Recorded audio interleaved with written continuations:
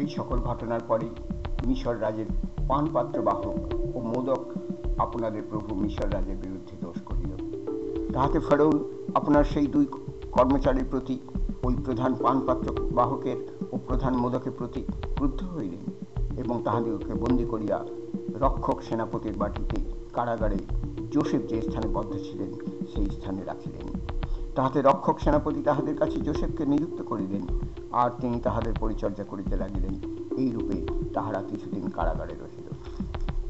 পরে মিশর রাজের পানপাত্র বাহক ও মোদক যাহারা কারাবদ্ধ হইয়াছিল, সেই দুইজনে এক রাত্রিতে দুই প্রকার অর্থবিশিষ্ট দুই স্বপ্ন দেখিল।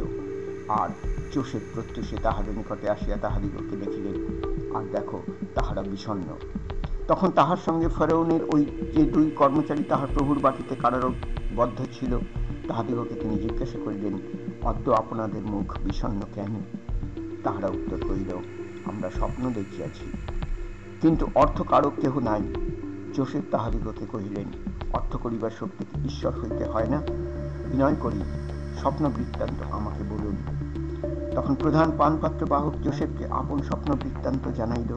তাহাকে কহিল, আমার স্বপ্নে দেখো, আমার সম্মুখে এক দ্রাক্ষালতা, সেই দ্রাক্ষালতার 3টি শাখা, তাহা যেন পল্লবিত হইল ও তাহাতে পুষ্প হইল, এবং স্তবকে স্তবকে তাহার ফল হইয়া পক্ক হইল। তখন আমার হস্তে ফেরাউনের পানপাত্র ছিল, আর আমি সেই দ্রাক্ষাফল লইয়া ফেরাউনের পাত্রে নিংড়াইয়া ফেরাউনের হস্তে সেই পাত্র দিলাম।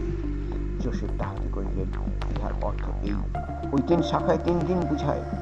3 দিনের মধ্যে ফেরাউন আপনার মস্তক উঠাইয়া আপনাকে পূর্বপদে নিযুক্ত করিবেন, আর আপনি পূর্ব রীতি অনুসারে পানপাত্র বাহক হইয়া পুনর্বার ফেরাউনের হস্তে পানপাত্র দিবেন।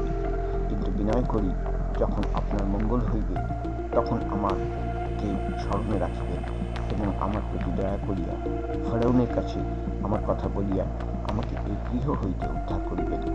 কেননা ইব্রিয়দের দেশ হইতে আমাকে নিতান্তই চুরি করিয়া আনা হইয়াছে, আর এই স্থানেও আমি কিছুই করি নাই, যাহার জন্য এই কারাগৃহে বদ্ধ হই। প্রধান মোদক যখন দেখিল অর্থ ভালো, তখন সে যোসেফকে কহিল, আমিও স্বপ্ন দেখিয়াছি।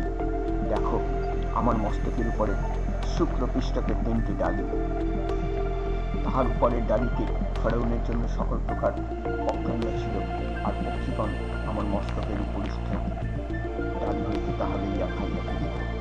যোসেফ উত্তর করিলেন, ইহার অর্থ এই, সেই 3 ডালিতে 3 দিন বুঝায়। 3 দিনের মধ্যে ফেরাউন আপনার দেহ হইতে মস্তক উঠাইয়া আপনাকে গাছে টাঙাইয়া দিবেন, এবং পক্ষীগণ আপনার দেহ হইতে মাংস ভক্ষণ করিবে। পরে 3য় দিনে ফেরাউনের জন্মদিন হইল, আর তিনি আপনার সকল দাসের জন্য ভোজ প্রস্তুত করিলেন, এবং আপনার দাসগণের মধ্যে প্রধান পানপাত্র বাহকের ও প্রধান মোদকের মস্তক উঠাইলেন। তিনি প্রধান পানপাত্র বাহককে তাহার নিজ পদে পুনর্বার নিযুক্ত করিলেন, তাহাতে সে ফেরাউনের হস্তে পানপাত্র দিতে লাগিল। কিন্তু তিনি প্রধান মোদককে টাঙাইয়া দিলেন, যেন যোসেফ তাহাদিগকে যেমন যোসেফ তাহাদিগকে অর্থ বলিয়াছিলেন। তথাপি প্রধান পানপাত্র বাহক যোসেফকে স্মরণ করিল না, ভুলিয়া গেল।